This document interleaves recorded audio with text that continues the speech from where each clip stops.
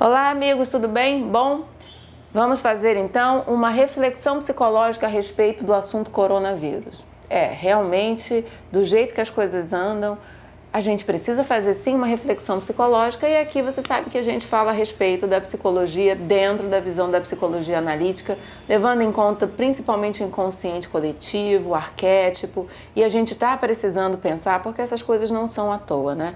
Longe de mim pensar em qualquer coisa a respeito de uma conspiração, seja de um lado, seja do outro.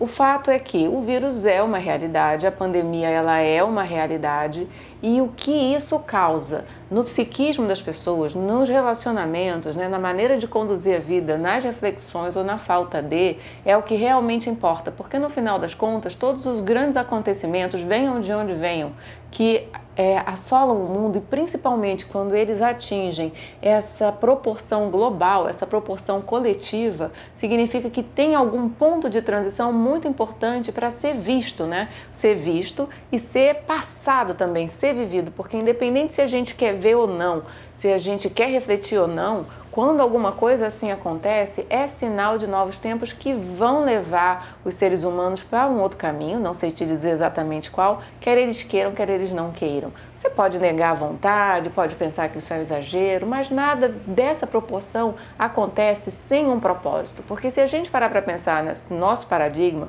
no paradigma do Jung também, do que a gente procura seguir, nada é à toa, né? Tudo no final das contas é sincrônico. E por falar em sincronicidade, quem gosta de astrologia, e muita gente que gosta de psicologia analítica gosta de astrologia também, consegue já saber, já deu uma olhada, que tem alguns astrólogos chamando a atenção para o fato de que essa configuração astrológica, né, que está condizente com o momento do coronavírus, né, que está sintonizada com esse momento, que deu abertura para esse momento, é a mesma conjunção astrológica da época da peste negra. Eu simplesmente não sabia disso. Quando olhei, achei extremamente sincrônico. Sabe por quê? Talvez você não lembre do que estudou na escola, mas a peste bubônica, a peste negra, ela começou na China, né? Começou através de ratos e os navegadores comerciantes europeus italianos que faziam, né, esse comércio, pegavam os produtos chineses, levavam para a Europa e pela Itália. A peste negra se espalhou para toda a Europa e de resto, né, praticamente todo mundo conhece que um terço da população mais ou menos foi dizimado e não só isso, como é óbvio que em decorrência disso e também em confluência, em conjunção, como você queira ver, a questão, né, econômica, a questão política, social também sofreu uma grandíssima de uma transformação. Então foi um período de transformação e toda vez que acontece um grande período de transformação, há a possibilidade de haver alguma coisa como uma epidemia que vai funcionar como algo análogo a uma limpeza daquilo que existia antes para algo novo que vai chegar. E a gente está justamente passando por esse momento, né? Essa conjunção é uma conjunção que fala de Júpiter junto com Saturno, com Plutão no signo de Capricórnio. É claro que não é sempre que uma conjunção dessa vai acontecer aqui, né? Dizem os astrólogos, eu não sou astróloga, que vai ter uma pandemia, mas é interessante notar que é um aspecto propício, e se é propício, e se isso aconteceu, é porque o ser humano, no seu coletivo, nesse inconsciente coletivo, nessa energia compartilhada, estava, de alguma forma, precisando olhar para certas coisas que estavam sendo negligenciadas e que uma pandemia traz.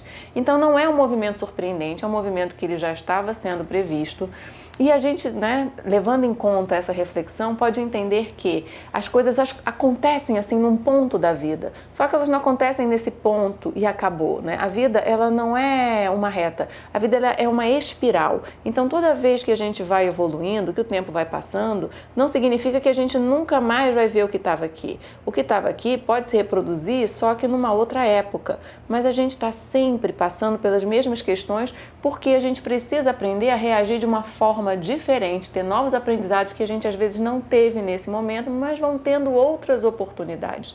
Isso é que é um crescimento, isso é que é uma espiral de evolução. E a gente passa por isso. É óbvio, né, que a letalidade do coronavírus ela não é uma letalidade de uma peste negra. Porém, a gente pode entender aí uma coisa que muda, é uma trava, né? Você para um pouco o caminho, né, o rumo que essa humanidade estava tomando no sentido de uma globalização, né, desse movimento de dispersão, de expansão também, e desse momento muito aquário, muito ar, né? E o ar também é um elemento que lembra muito o inconsciente coletivo, muito, muito mesmo, né? A água também lembra, e a gente já teve questões com a água, pelo menos aqui no Rio de Janeiro, de uma forma muito recente. Mas vamos voltar para o ar, né?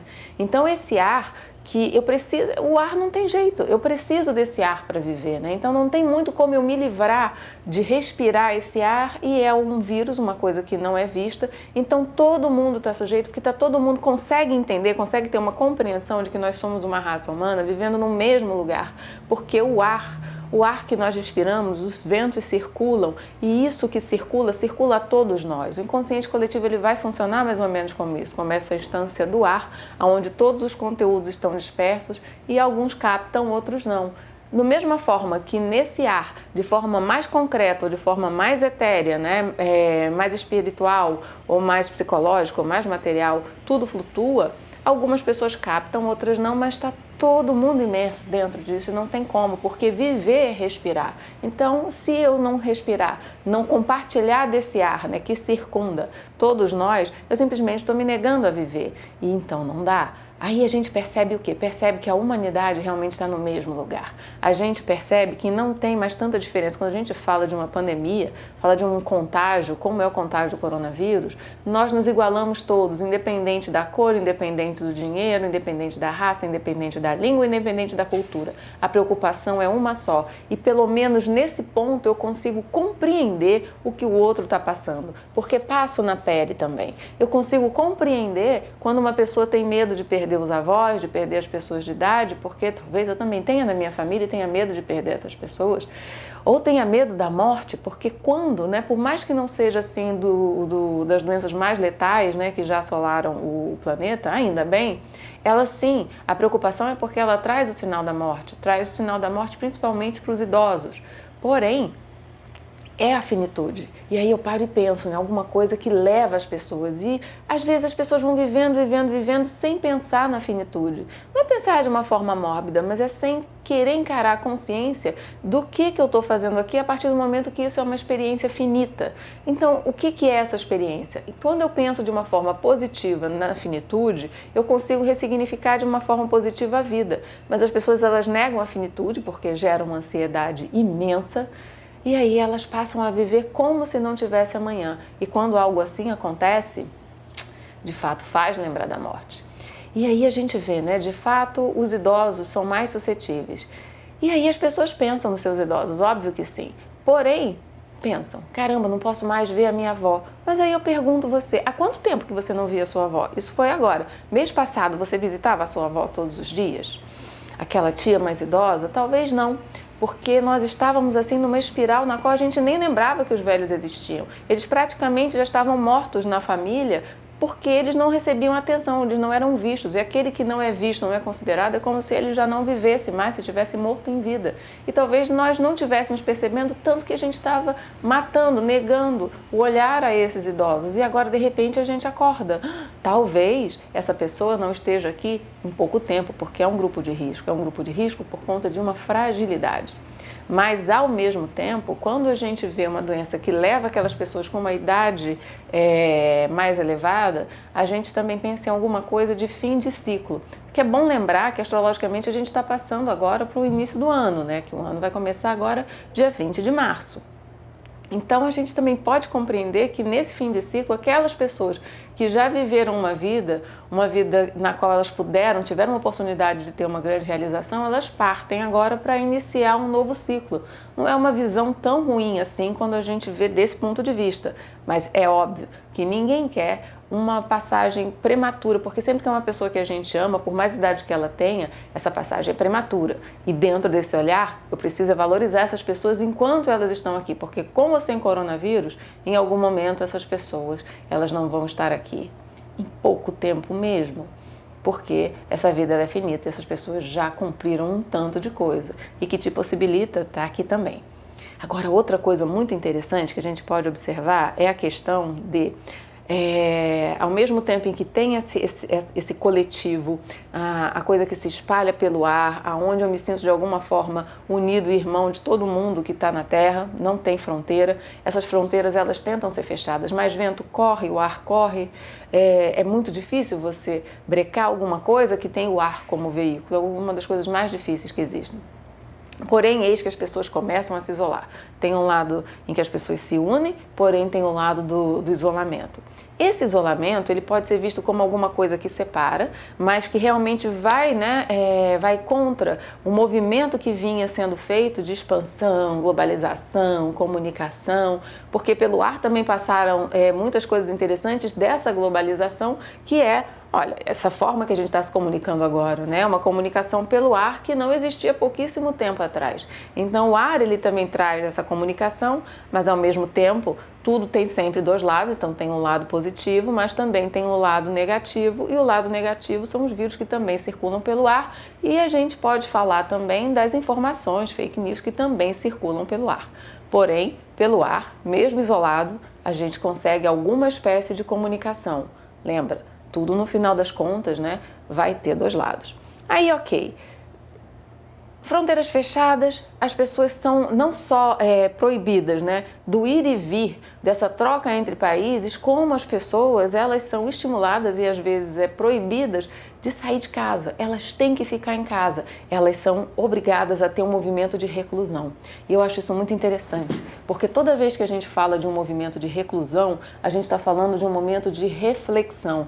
O estar recluso significa estar com você mesmo, estar em silêncio, você cessar um pouco apelos externos, né, a essa hipervalorização do mundo extrovertido, e você começar a ter uma valorização do mundo introvertido. É necessário. O mundo estava num boom de extroversão, de expansão, mas, como diz, né, a lei do ritmo de Hermes Trismegisto, que é pendular, tudo, né, que no nosso universo é dual. No que é dual, como as marés, toda vez que tem uma maré cheia, você vai ter uma vazante e vice-versa. Toda vez que tem noite, você vai ter dia, porque o movimento pendular do equilíbrio da natureza e do universo funciona em diversas instâncias. Então, com certeza, quando se atinge um extremo, o outro vem como um movimento compensatório. E a gente não consegue se livrar dessa lei. A gente consegue viver de uma forma mais harmônica e ficar menos suscetível aos efeitos, né, do balanço do pêndulo do universo. Porém, ele realmente funciona, não tem como. Então, toda vez que a gente chega num ápice de extroversão, né, dessa saída, desse para fora, existe um chamado, que é um chamado que no final das contas quer reequilibrar, né, o ser humano no seu sentido psicológico, no seu sentido arquetípico, que é o se voltar para dentro, nem que seja na marra. Então agora as pessoas, elas são obrigadas a ficarem em casa. E a gente vê as pessoas que se dão bem com as famílias, que valorizam as famílias ou que têm alguma maneira de conviver bem com elas, isso é uma coisa menos penosa, às vezes até prazerosa, né? As pessoas pensam assim, bom, há tanto tempo que eu não ficava com meus pais, há tanto tempo que eu não ficava com meu cônjuge, há quanto tempo que eu não ficava com meus filhos, e assim por diante. Aí a pessoa pensa, quanto tempo que eu não cuidava da minha casa, né? Quanto tempo que eu não conseguia fazer uma comida, e quanto tempo que eu não arrumava uma gaveta, e tudo isso vai fazendo com que a vida ela transcorra num outro ritmo, e mais uma vez, né, os meios digitais pelo ar fazem com que muitos trabalhos não precisem parar. Isso está sendo muito importante. Está sendo muito importante a mim por conta dos atendimentos e aulas online que eu estou dando, senão ia ter tido que parar tudo. Mas é um outro ritmo, é completamente diferente. Sobra mais tempo. Agora, a pessoa que ela tem uma agitação interna, que ela tem uma briga com a família, que ela não se harmoniza e que ela está o tempo todo atendendo a demandas externas como fuga, principalmente fuga de uma introspecção de si mesmo, que tem essa rebeldia de vínculo, que tem horror a qualquer tipo de contenção, né? Que nunca sabe ser cigarra, que só sabe ser, nunca sabe ser formiga, só sabe ser cigarra. Caramba, essas pessoas, elas sentem muito, elas começam a ficar agitadas porque elas têm que encontrar alguma coisa da qual elas fogem o tempo todo e iam para o mundo. E agora elas têm que ficar dentro delas mesmas ou dentro das suas casas lidando com essa família. Então pode ser uma coisa extremamente desafiadora ou pode ser alguma coisa extremamente valorosa e prazerosa. Porém, é um chamado à introspecção, quer se queira, quer não se queira, de uma forma extremamente global.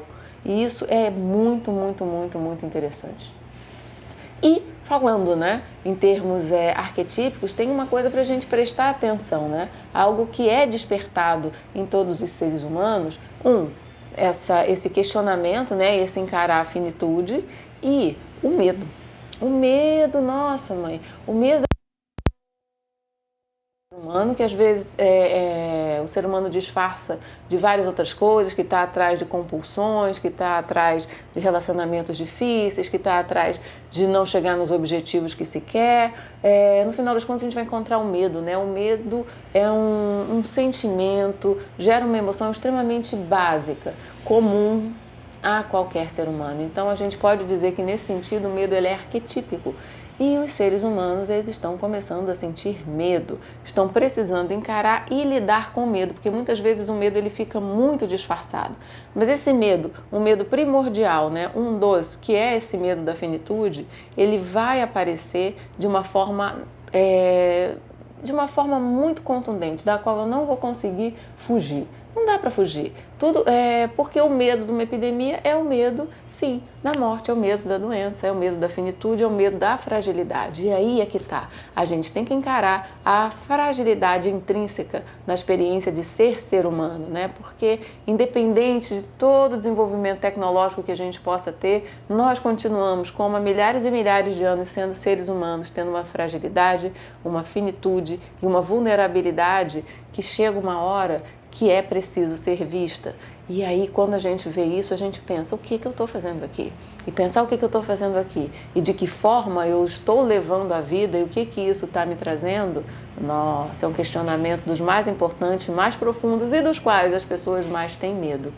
Então, a gente precisa também aprender a entrar em contato com esse medo, justamente para não ser dominado por ele, para poder entender o que está acontecendo com a gente e poder encontrar a tão falada calma e tranquilidade.